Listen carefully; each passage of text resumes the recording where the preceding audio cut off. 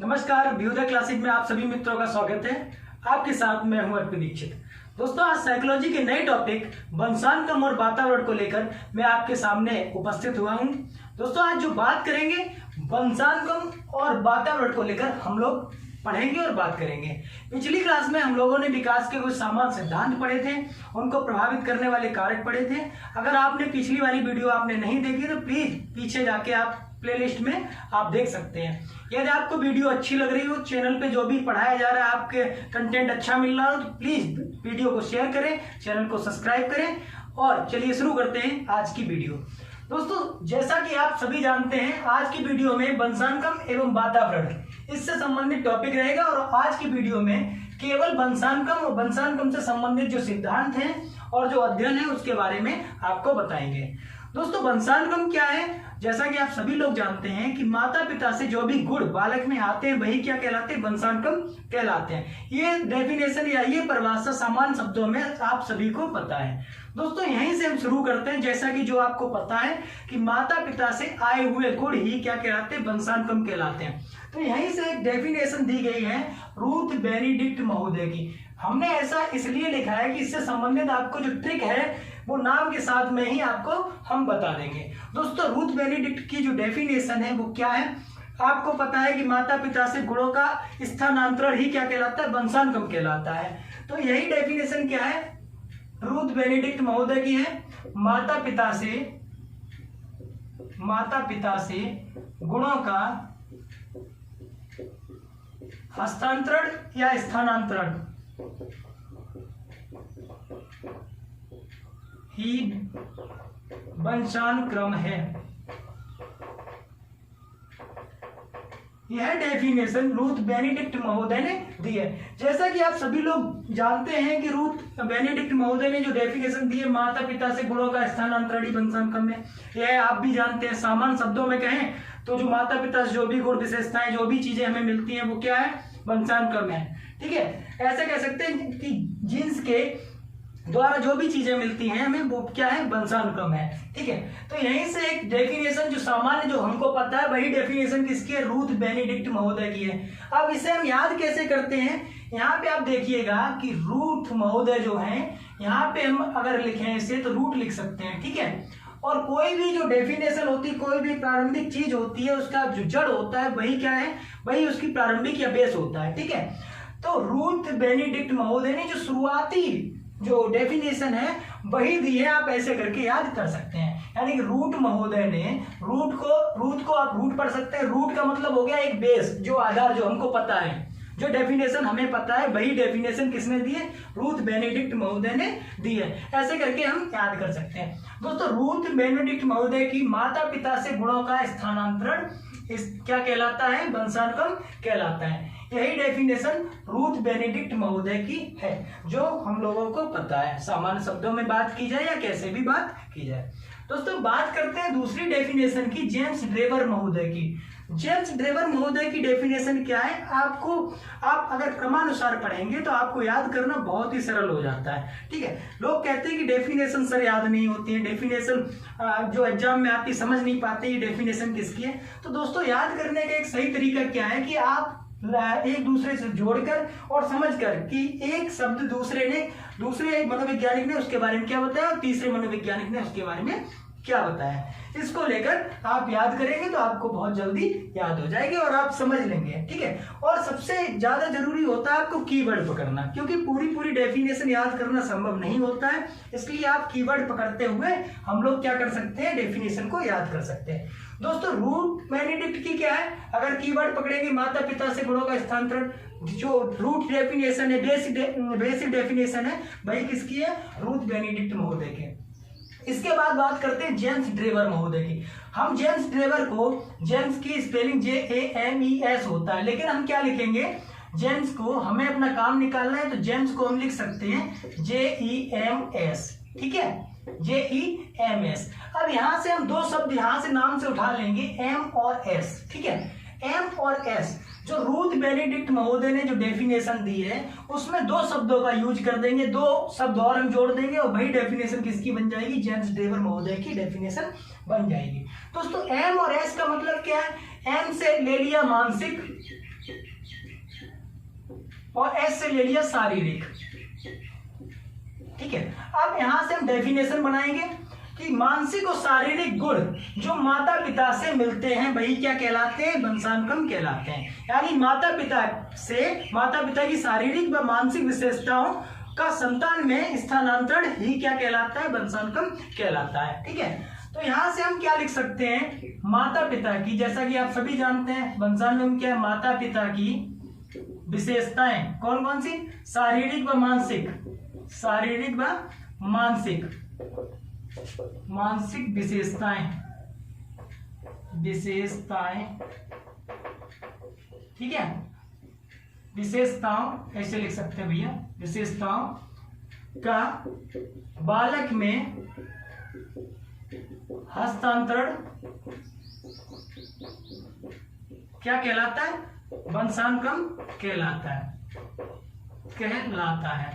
यह डेफिनेशन भैया किसकी है, आप देखेंगे कहलाता है, ऐसे लिख दे रहे हैं। आप कैसे याद करेंगे, यहां से आप जेम से एम और एस से मानसिक और शारीरिक, ये दो शब्द किसमें जोड़ देंगे, जो रूथ बेनेडिक्ट की रूट डेफिनेशन है या बेसिक डेफिनेशन है उसमें जोड़ देंगे। और यहां से हम लोग याद कर लेंगे कि मानसिक और शारीरिक जो भी गुण माता पिता से हमें मानसिक और शारीरिक गुण मिलते हैं वही क्या कहलाते हैं, वंशानुक्रम कहलाते हैं। किसके अनुसार अगर बात की जाए तो जेम्स ड्रेवर महोदय के अनुसार। यहां से मानसिक और शारीरिक दो शब्द उठा के हमने एक डेफिनेशन बनाई, माता पिता की शारीरिक व मानसिक विशेषताओं का बालक में हस्तांतरण ही क्या कहलाता है, वंशानुक्रम कहलाता है। ये डेफिनेशन किसकी हो गई, जेम्स ड्रेवर महोदय की हो गई। ठीक है, अब बात करते हैं तीसरी डेफिनेशन की, जो नाम लिखा है बीएन झा। आप बात करेंगे आप झा हिंदी में क्यों नहीं लिखा है, तो यहीं से हम एक डेफिनेशन बना सकते हैं। ठीक है, जैसा कि आप सभी को पता है कि किसी व्यक्ति में कोई विशेषता होती है या कोई भी गुण पाया जाता है तो वो हाईलाइट करता है, यानी उभर के आता है, निखर के आता है, प्रदर्शित होता है। तो यहां से हम समझ सकते हैं कि कोई भी जो विशेषता होगी वो कैसी होगी, हाईलाइट होगी। ठीक है, यानी कि हाईलाइट को हम कह सकते हैं कि विशिष्टता ही हाईलाइट कहलाएगी, अगर हम समझने की बात हम करेंगे। दोस्तों यहां से हाईलाइट शब्द ध्यान रखना है आपको, हाईलाइट का मतलब आप समझ सकते हैं विशेषता। ठीक है, विशिष्टता ऐसे आप समझ सकते हैं। ठीक है, या ऐसे आप अगर दूसरे शब्दों में हम बताएं, दूसरे शब्दों में समझना चाहो तो कोई भी जो विशेषता आपकी रही होगी, कोई भी गुण आपके हैं वो आपके कैसे आते हैं, उभर के आते हैं। तो यहां से केवल आपको याद रखना है। अब बात करते हैं बीएन झा महोदय की। ठीक है, तो यहां से झा महोदय से हम JHA लिख लेंगे। ठीक है, अब कैसे हम करेंगे, तो यहाँ पे वंशानुक्रम की डेफिनेशन कर ही रहे हैं भैया, तो वंशानुक्रम हमने लिख लिया। ठीक है, वंशानुक्रम यहां से जे से लिखेंगे हम भाई जन्मजात, एस से मतलब हाईलाइट, एस से मतलब हाईलाइट, हाईलाइट क्या बताया हमने, विशेषता है, विशिष्टता। ठीक है, तो यहां से हाईलाइट से यहां हाईलाइट कर लेंगे, लिख ले रहे हैं यहाँ पे समझने के लिए। ठीक है, हाईलाइट, हाईलाइट का मतलब यहाँ पे हम क्या लिख ले रहे हैं, विशेषता। ठीक है, और वंशानुक्रम जन्मजात विशेषताओं। ठीक है, यानी एच से हमने क्या लिख लिया, एच से लिख लिया विशेषताओं। ठीक है, और ए से A for add, add means योग, वंशानुक्रम जन्मजात विशेषताओं का योग है। यह डेफिनेशन किसकी है, यह डेफिनेशन जो महोदय हैं बीएन झा उनकी डेफिनेशन है कि वंशानुक्रम जन्मजात विशेषताओं का योग है। हमें याद कैसे करना है कि आप देखेंगे JHA किसमें है, JHA का मतलब क्या, जन्मजात हाईलाइट एड। ठीक है, ऐसे बोल सकते हैं जन्मजात विशेषताओं का योग ही क्या कहलाता है, वंशानुक्रम कहलाता है। किसके अनुसार बात करेंगे, बीएन झा के अनुसार। ठीक है, आपको अगर ये वीडियो अच्छी लग रही हो, आपको कंटेंट अच्छा लग रहा हो, समझ में अच्छा आ रहा हो, तो प्लीज चैनल को सब्सक्राइब करें, वीडियो को शेयर करें, और मैं और मेहनत करके आपके लिए अच्छी अच्छी वीडियो, अच्छी अच्छी ट्रिक्स के साथ मैं लाता रहूंगा और कोशिश करता रहूंगा कि आपको कम समय में अच्छा दे सकूं और अच्छा पढ़ाने का प्रयास कर सकूं। ठीक है, अब बात करते हैं H.A. पीटरसन महोदय की। नेक्स्ट क्या है, H.A. पीटरसन। यहाँ पे हम इरेज करे दे रहे हैं, आपको केवल इतना याद रखना है कि हाईलाइट का मतलब क्या है, विशेषता। हाईलाइट का मतलब क्या है, विशेषता। आपको केवल इतना याद रखना है, बाकी आप समझ सकते हैं कि हाईलाइट का मतलब जो भी आप कर सकते हैं, या जो मीन होता है वो आप देख लेना। ठीक है, क्या मीन रहता है हाईलाइट का। अब बात करते हैं H.A. पीटरसन महोदय की। ठीक है, तो H.A. पीटरसन महोदय की क्या डेफिनेशन है, आपको याद रखना है। एच से हमने आपको क्या बताया, H4 क्या बताया, हाईलाइट, H4 क्या बताया, हाईलाइट। H4 हाईलाइट, ठीक है। और A4 से हम कर सकते हैं ऑल, ए से ऑल माने सभी, और H4 हाईलाइट का आपको क्या मतलब बताया, हाईलाइट को आपको मतलब बताया कि विशेषता, ठीक है। तो यहां से क्या है, यहां से एक डेफिनेशन बंसान क्रम की क्या बनेगी, इन्हीं शब्दों को लेके हम डेफिनेशन बना लेंगे, और आपको याद भी रहेगी कि H.A. पीटरसन महोदय ने ये H और A दो शब्दों का यूज करते हुए क्या डेफिनेशन दी है। तो बंसान क्रम में बेसभी विशेषताएं आती हैं, बंसान क्रम में बेसभी विशेषताएं आती हैं जो एक व्यक्ति अपने पूर्व जन्म यानी जन्म पूर्व से माता पिता से प्राप्त करता है। ये क्या बताया है, H.A. पीटरसन महोदय ने बताया, यानी कि बालक में वे सभी विशेषताएं आती हैं जो बालक जन्म पूर्व माता पिता से प्राप्त करता है। तो यही डेफिनेशन किसकी है, H.A. पीटरसन महोदय की है। तो हम लिख सकते हैं कि बंसान क्रम में अब इन दो शब्दों का हम यूज कर लेंगे, H और A। H का मतलब हाईलाइट मतलब आपको पता है विशेषताएं, और A का मतलब ऑल। तो बंसान क्रम में वे सभी विशेषताएं आती हैं, बंसान क्रम में वे सभी विशेषताएं आती हैं जो एक बालक या एक व्यक्ति, जैसा आप लिखना चाहें, जो एक बालक, ठीक है, अपने माता पिता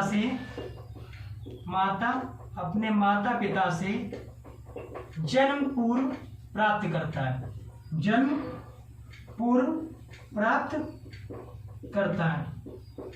राइटिंग थोड़ा सा खराब है, तो आप समझते हुए चलिएगा भैया कि क्या लिखा जा रहा है और कैसे लिखा जा रहा है, ठीक है। आप कोशिश करिएगा कि यहाँ पे जो भी लिखा जा रहा है आप समझ सकें, ठीक है। तो H.A. पीटरसन महोदय ने क्या बताया है, H का मीन्स क्या, हाईलाइट, और A का मीन्स है ऑल। तो बंसान क्रम में वे सभी विशेषताएं आती हैं जो एक बालक अपने माता पिता से जन्म पूर्व प्राप्त करता है। ये डेफिनेशन क्या है, H.A. पीटरसन महोदय की है। यहां से हमने क्या बनाया, H.A. से हाईलाइट ऑल, यानी कि ऑल हाईलाइट करके एक डेफिनेशन बना ली यहीं से नाम से। VN झा से क्या बनाया है, जन्मजात हाईलाइट और एड, यानी कि जन्मजात विशेषताओं का योग ही क्या कहलाता है, बंसान क्रम कहलाता है। इसके बाद एक डेफिनेशन क्या बनाई, जेम्स डेवर महोदय की बनाई। जेम्स की स्पेलिंग हमने ऐसे लिख ली है, ठीक है, क्योंकि हमें क्या बताना है, M और S का मीन बताना है, जो नाम से ही दिख रहा है। M का मतलब क्या हो गया, मानसिक, और S का मतलब शारीरिक। ये जो दो शब्द हैं वो किसमें जोड़ दो, जो रूट डेफिनेशन है रूथ बेनेडिक्ट महोदय की, उसमें जोड़ दो। तो M और S हमने जोड़ दिया, माता पिता की शारीरिक व मानसिक विशेषताएं का बालक में हस्तांतरण ही क्या कहलाता है, बंसान क्रम कहलाता है। तो ये डेफिनेशन जेम्स डेवर महोदय की बन गई। अब बात करते हैं रूथ बेनेडिक्ट की। तो आप यहां से याद कर सकते हैं रूट से या बेसिक डेफिनेशन से, जो हम लोगों को पता है, या हम कह सकते हैं कि जो भी हमें ज्ञात है बंसान क्रम के बारे में, वही डेफिनेशन किसकी है, रूथ बेनेडिक्ट की डेफिनेशन है। अब बात करते हैं बंसान क्रम की जो अगली डेफिनेशन है थॉमसन महोदय की। थॉमसन महोदय ने क्या बताया कि बंसान क्रम जो होता है क्रमबद्ध पीढ़ियों के बीच संतति को दर्शाने के लिए सुविधाजनक शब्द है। यहाँ पे इन्होंने क्या बता दिया, एक शब्द दे दिया सन यहाँ पे हम ऐसे करके भी लिख सकते हैं, और सन को ही हम क्या कह सकते हैं, संतति, ठीक है, हिंदी में। तो यहां से एक ये आपको कीवर्ड पकड़ना है और आपको समझ लेना है कि ये डेफिनेशन किसकी है। तो बंसान क्रम क्या है, क्रमबद्ध पीढ़ियों के बीच संतति को दर्शाने के लिए सुविधाजनक शब्द है। तो बंसान क्रम जो डेफिनेशन आप लिख रहे हैं, बंसान क्रम क्रमबद्ध पीढ़ियों के बीच, क्रमबद्ध पीढ़ियों के बीच संतति को दर्शाने का सुविधाजनक शब्द है, सुविधाजनक शब्द है। अब आपको याद कैसे करना है, जैसे यहाँ थॉमसन महोदय की डेफिनेशन, सन क्या, संतति, ठीक है, संतति, सन यानी बोल सकते हैं सन को हम क्या कहते हैं, संतति कहते हैं, ठीक है। और वहीं से जो एक शब्द है हिंदी, यानी सन का हिंदी शब्द संतति, और वहीं से एक शब्द यहाँ पे दे दिया और बीच में संतति भी दे दिया है, ठीक है। तो आप ऐसे याद कर सकते हैं कि थॉमसन महोदय ने जो डेफिनेशन दी है वो एक शब्द दे दिया है, क्या दे दिया है, बंसान क्रम को समझाने क्या बताने का, कि संतति को दर्शाने का सुविधाजनक शब्द ही क्या कहलाता है, बंसान क्रम कहलाता है, ठीक है। ये जो डेफिनेशन बन जाती है, ये बन जाती है थॉमसन महोदय की। अब बात करते हैं अगली डेफिनेशन क्या है, डगलस एवं हॉलैंड महोदय की डेफिनेशन है कि डगलस एवं हॉलैंड महोदय ने क्या डेफिनेशन दिया। आप समझिए, नाम बड़ा है तो डेफिनेशन भी बड़ी है, ऐसा कोई मतलब नहीं है, ठीक है, लेकिन आपको समझने के लिए बता रहे हैं, ठीक है। तो वंशानुक्रम में सभी शारीरिक विशेषताएं आ जाती है, यानी कि आपको समझना है कि वंशानुक्रम में सभी शारीरिक विशेषताएं आ जाती हैं जिन्हें एक व्यक्ति अपने माता पिता से, पूर्वजों से एवं प्रजाति से प्राप्त करता है। तो यहाँ पे 3 शब्द समझने वाले हैं, माता पिता, पूर्वज एवं प्रजाति। यहाँ पे 3 शब्द अगर आपने समझ लिए तो यहाँ पे अगर हम कोड वर्ड लिखें या आप समझ सकते हैं कि हम कीवर्ड लिखें तो क्या लिखेंगे, यहाँ पे हम लिखेंगे माता पिता। जैसा कि आपको पता ही है कि वंशानुक्रम में कोई भी विशेषता जो आती है वो माता पिता से आती है, पूर्वजों से आती है, ठीक है, और किससे आती है, प्रजाति से आती है, ठीक है। तो यही शब्द किसने दिए, डगलस एवं हॉलैंड महोदय ने दिए। तो ऐसे करके आप डेफिनेशन क्या बना सकते हैं कि वंशानुक्रम में वे सभी विशेषताएं आती हैं, वंशानुक्रम में वे सभी शारीरिक विशेषताएं आती हैं जिन्हें एक व्यक्ति अपने माता पिता से, आप लिख सकते हैं कि वंशानुक्रम में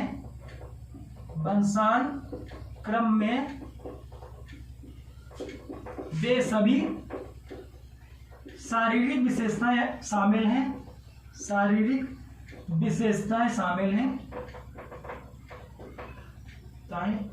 हैं जो एक व्यक्ति किन किन से प्राप्त करता है, माता पिता से प्राप्त करता है, और किससे प्राप्त करता है, पूर्वजों से प्राप्त करता है, माता पिता, पूर्वज एवं प्रजाति से प्राप्त करता है, प्रजाति से प्राप्त करता है।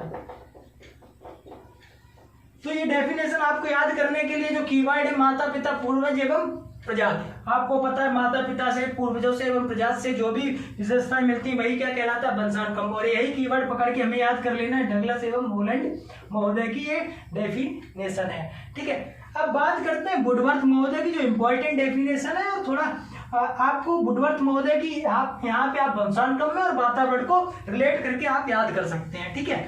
अभी आपको हम केवल वंशानुक्रम की डेफिनेशन बताएंगे और उसके बाद नेक्स्ट डे या नेक्स्ट क्लास में वातावरण की डेफिनेशन और वातावरण से संबंधित जो भी तथ्य हैं वो आपको बताएंगे, और उसके साथ में ही आपको रिलेट करेंगे कि वंशानुक्रम और वातावरण को दोनों में साथ आपको याद कर लेना है किसकी, वुडवर्थ महोदय की डेफिनेशन। तो वुडवर्थ महोदय ने जो डेफिनेशन दी है वो क्या है कि वंशानुक्रम में वे सभी गुण शामिल हैं जो बालक में जन्म के समय उपस्थित थे, लेकिन जिनकी उत्पत्ति 9 माह पहले से गर्भ धारण के समय हुई थी। यह डेफिनेशन किसकी है, यह डेफिनेशन वुडवर्थ महोदय की है। इनके अनुसार इन्होंने क्या बताया कि जन्म के समय जो भी विशेषताएं बालक में मौजूद होती हैं उनकी स्टार्टिंग कहां से हो जाती है, गर्भ धारण के समय से हो जाती है, यानी कि 9 माह पहले से हो जाती है। यही डेफिनेशन वंशानुक्रम की किसने बताई, वुडवर्थ महोदय ने बताई। आपको याद कर लेना, बर्थ का मतलब जन्म होता ही है, बर्थ का मतलब जन्म, ठीक है। यहां से आप याद कर लेना, वंशानुक्रम में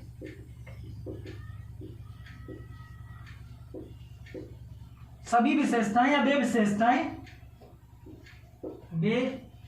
विशेषताएं जो जन्म के समय बालक में मौजूद होती हैं, जन्म के समय बालक में या व्यक्ति में, बालक में क्या होती है, उपस्थित होती हैं, मौजूद होती हैं, जो आप लिखना चाहें, मौजूद होती हैं,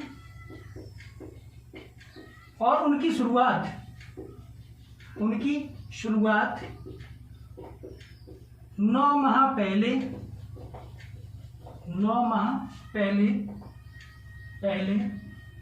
गर्भ धारण के समय हो जाती है, गर्भ धारण के समय हो जाती है। यह जो डेफिनेशन है ये वुडवर्थ महोदय की डेफिनेशन है कि वंशानुक्रम में वे सभी विशेषताएं शामिल हैं, वे सभी विशेषताएं आती हैं जिनका क्या हो जाता है, बालक के जन्म के समय उपस्थित होती हैं, बालक के जन्म के समय वे सभी विशेषताएं जो बालक में उपस्थित होती हैं उनकी स्टार्टिंग कहां से हो जाती है, 9 माह पहले से गर्भ धारण के समय हो जाती है। दोस्तों आज गर्मी बहुत ज्यादा है तो हो सकता है आवाज भी थोड़ा साफ ना आपको मिल रही हो, लेकिन कोशिश कर रहा हूं कि आपको ये जो भी डेफिनेशन आपको पढ़ाई जा रही है आपको समझ में आ रही होंगी, ठीक है। दोस्तों बात करते हैं वंशानुक्रम के संबंधित सिद्धांतों के बारे में, और उससे पहले आप एक बार ये डेफिनेशन आप देख लेंगे कि डेफिनेशन क्या है। रूथ बेनेडिक्ट की रूट डेफिनेशन है, जो हमें पता है माता पिता से गुणों का स्थानांतरण ही वंशानुक्रम कहलाता है। इसके बाद दूसरी जो डेफिनेशन है जेम्स डेवर महोदय की, यहाँ एम और एस उठा के मानसिक और शारीरिक कर लेंगे और इसमें जोड़ देंगे। इसका मतलब रूट जो डेफिनेशन उसमें हम जोड़ देंगे। तो माता पिता की शारीरिक व मानसिक विशेषताओं का बालक में हस्तांतरणीय वंशानुक्रम कहलाता है। अब बात करते हैं बीएन-जात, तो जहां से हम उठा लेंगे जन्मजात विशेषताओं का योगी क्या कहलाता है, वंशानुक्रम कहलाता है। फिर एच ए पीटरसन, तो एच ए ऑल हाईलाइट यहाँ से उठाएंगे और कर लेंगे। वंशानुक्रम में सभी विशेषताएं आती हैं जो एक बालक अपने माता पिता से जन्म पूर्व प्राप्त करता है। थॉमसन से सन, और सन को हिंदी में जो शब्द देंगे वो क्या देंगे, संतति, और यहीं से याद कर लेंगे दर्शाने के एक सुविधाजनक शब्द है। डगलस एवं हॉलैंड, कीवर्ड पकड़ना है माता पिता, पूर्वज एवं प्रजाति, यानी कि जो भी विशेषताएं हमें प्राप्त होती है वो माता पिता से मिलती हैं, पूर्वजों से मिलती हैं और अपने प्रजाति से प्राप्त होती हैं। और यही डेफिनेशन किसकी, डगलस एवं हॉलैंड महोदय की है। अब बात करते हैं वुडवर्थ महोदय की, तो बर्थ के समय जो भी विशेषताएं मौजूद होती हैं, यानी कि जन्म के समय जो भी विशेषताएं मौजूद होती है किसमें, बालक में, उनकी शुरुआत कब हो जाती है, 9 माह पहले से गर्भधारण के समय उनकी स्टार्टिंग हो जाती है। यही डेफिनेशन किसकी है, वंशानुक्रम की डेफिनेशन किसकी, वुडवर्थ महोदय की। ठीक है, अब बात करेंगे वंशानुक्रम से संबंधित जो भी सिद्धांत जो है उनकी बात करते हैं। ठीक है, अरेंज करने के बाद चलिए शुरू करते हैं वंशानुक्रम के सिद्धांत को लेकर। वंशानुक्रम के सिद्धांत क्या है और किनके द्वारा ये सिद्धांत दिए गए हैं, अलग अलग सिद्धांत विभिन्न मनोवैज्ञानिकों द्वारा दिए गए हैं। अपने अध्ययन करने के पश्चात जो भी इन्होंने निष्कर्ष निकाले वही सिद्धांत दिए गए हैं। दोस्तों पहला सिद्धांत है बीजमैन महोदय के सिद्धांत है। बीजमैन महोदय ने पहला सिद्धांत है बीज कोश की निरंतरता का सिद्धांत। इसके बारे में बताते हुए हम बताते हैं कि इसका मतलब क्या है, बीज कोश की निरंतरता का सिद्धांत क्या मतलब क्या है। ठीक है, इन्होंने बताया, बीजमैन महोदय द्वारा बताया गया है कि पीढ़ी दर पीढ़ी संतानें बदलती रहती हैं, यानी कि पीढ़ी दर पीढ़ी संतानें चेंज होती रहती है, लेकिन उनका जो बायो प्रोडक्ट होता है यानी बीजार्थ होता है वो कैसा रहता है, वो सेम ही रहता है। ठीक है, अगर ऐसा होता ना, ये जो बताया बीजमैन महोदय ने, लेकिन अगर ये ऐसा रहता, अगर ये ऐसा होता तो हम सब लोग कैसे होते, एक जैसे ही दिखने वाले लोग होते, एक जैसे ही दिखाई देते और हम लोगों में कोई भिन्नता नहीं होती। तो इसकी वजह से इनके जो सिद्धांत रहे हैं वो ज़्यादा इम्पोर्टेंस नहीं रखते, लेकिन तब भी एग्जाम की दृष्टि से इम्पोर्टेंट तो है, तो इसलिए हमें पढ़ना पड़ेगा। ठीक है, तो बीज कोश की निरंतरता का सिद्धांत किसने दिया, बीजमैन महोदय ने दिया। अब बात करते हैं दूसरा सिद्धांत, अर्जित गुणों के अवितरण का सिद्धांत। अर्जित गुणों के अवितरण का सिद्धांत जो दिया है बीजमैन ने दिया है। अर्जित गुणों से मतलब क्या है, जो भी गुण हम सीखते हैं, अर्जित करते हैं, कमाते हैं, वही क्या कहलाते हैं, अर्जित गुण कहलाते हैं। और इनका अवितरण का मतलब वितरित नहीं होना, यानी कि आगे नहीं बटना, ये कहलाता है अवितरण। ठीक है, तो ये सिद्धांत किसने दिया है, बीजमैन महोदय ने दिया। इनके अनुसार अर्जित गुणों के अवितरण का सिद्धांत क्या होता है कि जो भी गुण होते हैं, जो भी व्यक्ति गुण अर्जित करता है उनका क्या नहीं होता, वितरण नहीं होता, यानी कि वो अगली पीढ़ी में स्थानांतरित नहीं होते हैं। यही कहना किसका था, बीजमैन महोदय का था। और इन्होंने प्रयोग किस पर किया था, चूहों पर प्रयोग किया था, चूहों पर अध्ययन किया था। और इन्होंने लगातार एक के बाद एक के बाद एक के बाद लगातार बहुत सी सारी पीढ़ियों पर चूहों की क्या किया था, इनकी चूहों की पूंछ काटते रहे। ठीक है, और अब देखते रहे कि अगली पीढ़ी जो जन्म लेती है, अगला जो बच्चा जन्म लेता है उसकी पूंछ कैसी निकले, कटी हुई निकले। और इन्हीं पर प्रयोग करने के बाद जब ये प्रयोग करते रहे और प्रयोग करने के बाद इन्होंने क्या देखा कि भैया जो पूंछ हम काटते हैं और अगली पीढ़ी पूंछ के साथ जन्म लेती है, तो जो भी अर्जित गुण है वही क्या कैसे नहीं होते, वितरित नहीं होते हैं। और इसलिए इनका जो सिद्धांत कहलाया वितरण का सिद्धांत कहलाया। दोस्तों बात करते हैं तीसरा सिद्धांत, अर्जित गुणों के वितरण का सिद्धांत। अर्जित गुणों के वितरण का सिद्धांत किसने दिया है, लेमार्क महोदय ने दिया है। लेमार्क महोदय ने अर्जित गुणों के वितरण का सिद्धांत दिया है। ये कौन थे, विकासवाद के जनक थे, विकासवाद के जनक। ठीक है, दूसरा बात करते हैं इनका प्रयोग किस पर हुआ था, जिराफ पर हुआ था, यानी कि जिराफ का अध्ययन किया था। ठीक है, और जैसा कि आप सभी जानते हैं, आप सभी ने पढ़ा होगा कि जिराफ का अध्ययन जब स्टार्टिंग जिराफ की हुई थी, ठीक है, तो कैसे थी, कम जो गर्दन थी उसकी कम लंबी हुआ करती थी, किसकी, जिराफ की। ठीक है, धीरे धीरे जब नीचे की क्या जो पेड़ पौधे थे, खाने पीने का जो भी जो जिराफ खाते थे घास वगैरह, वो क्या हो गए, धीमे धीमे नीचे स्तर से खत्म होते गए। तो धीरे धीरे जब ऊपर विभिन्न पेड़ बढ़ते गए ना, तो वहाँ पे जिराफ धीमे धीमे जब ऊपर बढ़ता गया तो उसका जो विकास हुआ गर्दन का वो धीमे धीमे धीमे करके आगे विकास होता गया, यानी कि उसकी गर्दन हुई वो धीमे धीमे करके बढ़ती गई। जब गर्दन धीमे धीमे बढ़ी तो इसकी जो अगली पीढ़ी आई, यानी कि जो इन्होंने अर्जित गुण किए थे, गर्दन जो बना है उसका जो अर्जित गुण किया, ठीक है, वो अगली पीढ़ी में जीन्स द्वारा स्थानांतरित हो गया। यही जो सिद्धांत कहलाया अर्जित गुणों के वितरण का सिद्धांत कहलाया, और किसने दिया? लेमार्क महोदय ने दिया। आपने ये शायद क्लास 10th में पढ़ा होगा और सबने अधिकतर पढ़ाई होगा। जिराफ का जो अध्ययन था किसके द्वारा? लेमार्क महोदय के द्वारा, ठीक है। बात करते हैं जैव सांख्यिकी का सिद्धांत। नेक्स्ट जो सिद्धांत है जैव सांख्यिकी का सिद्धांत। यहाँ पे क्या है? फ्रांसिस गाल्टन, यानी कि कह सकते हैं फ्रांसिस गाल्टन ने जो सिद्धांत दिया है जैव सांख्यिकी का सिद्धांत। ये कौन थे? सृजन शास्त्र के जनक थे, ठीक है। अब आगे बात करेंगे जब पढ़ाएंगे। तो फ्रांसिस गाल्टन ने क्या किया है? जैव सांख्यिकी का सिद्धांत दिया। इस सिद्धांत के अनुसार क्या है? इस सिद्धांत के अनुसार इन्होंने बताया कि बालक में माता पिता से जो भी गुण आते हैं वो माता पिता से 1/2 गुण आते हैं, दादा दादी से 1/4 गुण आते हैं, और ऐसे ही नाना नानी से, यानी कि सेम जो पीढ़ी जो स्टेज होती है एक स्तर वाली पीढ़ी से उनसे आधे आधे गुण होते जाते हैं।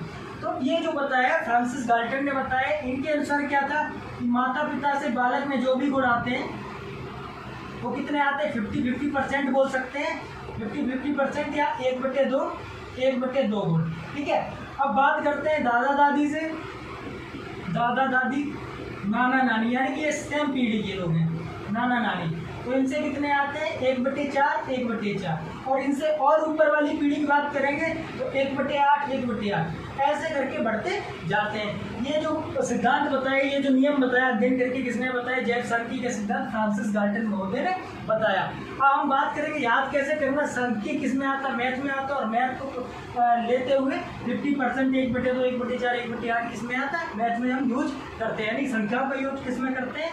सांख्यिकी यानी मैथ में यूज करते हैं, और यही सिद्धांत किसका? फ्रांसिस गाल्टन महोदय का है। ऐसे करके हम लोग याद कर सकते हैं। दोस्तों बात करते हैं पांचवा जो सिद्धांत है या पांचवा जो नियम है वो किसका है? मेंडल महोदय का नियम है, और ये आनुवंशिकी के जनक भी कहलाते हैं। और इन्होंने जो प्रयोग किया है मटर पर प्रयोग किया है और चूहों पर प्रयोग किया है। और इन्होंने जो नियम दिए हैं वो क्या नियम है? बात करते हैं। इन्होंने 3 नियम दिए हैं, पहला, दूसरा और तीसरा। पहला नियम है समान समान का नियम, अर्थात कह सकते हैं कि समान समान को जन्म देता है, ये इनका पहला नियम है। दूसरा नियम क्या है? असमान असमान का नियम, यानी असमान असमान को जन्म देता है, ये दूसरा नियम है। और तीसरा नियम क्या है? प्रत्यागमन का नियम, प्रत्यागमन का नियम या भिन्नता का नियम। यहाँ पे आप संधि भी बता सकते हैं कि प्रत्यागमन में कौन सी संधि है, ठीक है। अब बात करते हैं प्रत्यागमन का मतलब क्या है कि विभिन्न जो भिन्नता रखने वाले गुणों का उत्पन्न हो जाने, यानी माता पिता से, कभी कभी आपने देखा होगा कि बालक जो होता है माता पिता से भिन्न गुण लेकर उत्पन्न होता है, यानी कि उनमें क्या होती है? व्यक्ति भिन्नता होती है जो एक व्यक्ति से दूसरे व्यक्ति को अलग करता है। यही क्या सिद्धांत कहलाता है? यही नियम कहलाता है प्रत्यागमन का या भिन्नता का सिद्धांत। अब बात करते हैं जो समान समान का प्रतिमान है, आपने लिखा होगा सोरेनसन महोदय का।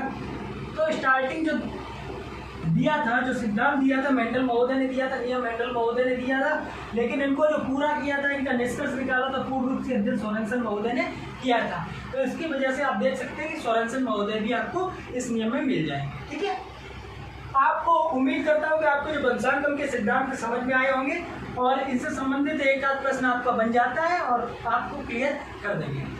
अब बात करते हैं नेक्स्ट, जो वंशानुगम के बाद जो नेक्स्ट अगला इनका अध्ययन है, यानी वंशानुक्रम पर विभिन्न मनोवैज्ञानिकों ने जो अध्ययन किए उसके लेकर हम बात करेंगे क्लियर करने के बाद। चलिए बात करते हैं वंशानुक्रम पर किए गए अध्ययन।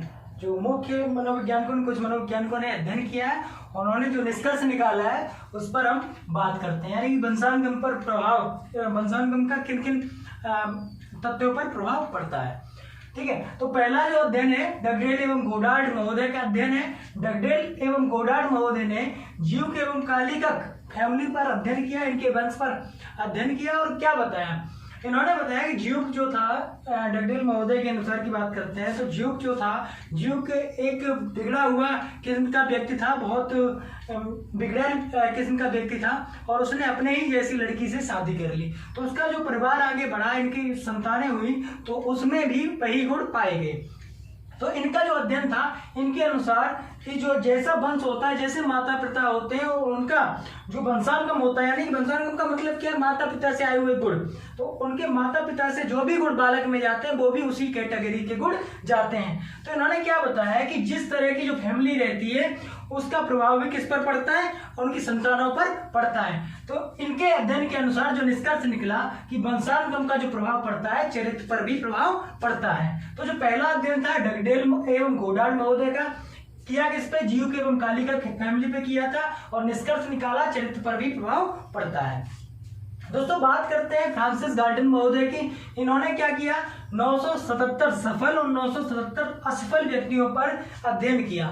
यहाँ पे ये संख्या आपको याद रखनी है। इन्होंने अध्ययन करने के पश्चात बताया कि वंशानुगम का किस पर प्रभाव पड़ता है, महानता पर प्रभाव पड़ता है, यानी कि सफलता और असफलता का प्रभाव व्यक्ति की या बालक की महानता पर भी पड़ता है। यानी कि व्यक्ति कैसा सोचता है या बालक आगे किस तरह से बढ़ेगा, पॉजिटिव वे में बढ़ेगा या नेगेटिव वे में, तो वो किस पर निर्भर करता है, सफलता और असफलता पर भी निर्भर करता है। ठीक है, माता पिता की सफलता असफलता भी कहीं ना कहीं किस पर डिपेंड करती है, जो व्यक्ति होता है, बालक होता है, उसमें भी वही गुण जा सकते हैं। ठीक है, अब बात करते हैं विंसिम महोदय की। विंसिम महोदय ने एडवर्ड वंश पर अध्ययन किया।